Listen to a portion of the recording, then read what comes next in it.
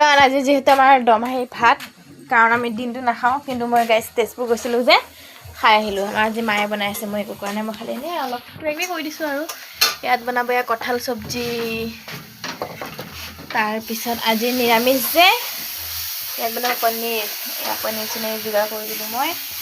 এইবিলাক দালি বনালে ভাতো হৈ গ'ল পাপৰ ফ্ৰাই কৰিম আৰু তাৰপিছত আমি খাম মানে মাহঁতে ৰাতিপুৱা একো খোৱা নাই গাইছ মই কিন্তু খালোঁ এয়া বিলাহী পেষ্ট কৰি থৈ দিছোঁ পূৰা আৰু ইয়াতে কাজু পেষ্ট কৰি পেলাই থৈ দিছোঁ পনীৰত দিবলৈ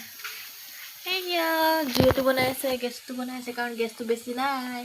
সেইকাৰণে জুইটো বনাই থকা হৈছে কঁঠাল চব্জি বনাব গালি পাৰিছে নিজে বনালে ভিডিঅ' কৰিবি মই বনোৱাৰ কাৰণে ভিডিঅ' কৰা নাই কৈছে সেইকাৰণে ভিডিঅ'টো কৰি দিছোঁ এয়া আমাৰ এখেত বাই বাই আৰু অলপ পিছত খাম আমি চাওক মই কালি জেতুকা লগাইছিলোঁ বহুত ধুনীয়া ৰং হৈছে আৰু এইটো হাতত লগোৱাই নাই লগাব লাগিব আৰু এটা কথা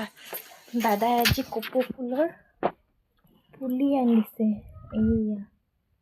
কালি ৰুই দিম এইটো ওলাবহে ইয়াত নতুনকৈ ওলোৱাই নাই এতিয়ালৈকে এজোপাত হেৰি হৈছে এয়া এইটো কলি আহিছিলে আৰু কালি ৰুই দিম যিহেতু এইটো দেৰিকৈ লাগে বোলে কালি ধুনীয়াকৈ গছত গোবৰ চোবৰ মাটি চাটি দি ধুনীয়াকৈ হেৰি কৰি দিম বাচি যাব ফুল ফুলিব তেতিয়া আৰু মোৰ ঘৰত 3ডাল লাগিছিলে দুডাল মৰি গৈছেগৈ এডাল বাকী আছে আৰু এতিয়া মই কাপোৰ চিলাম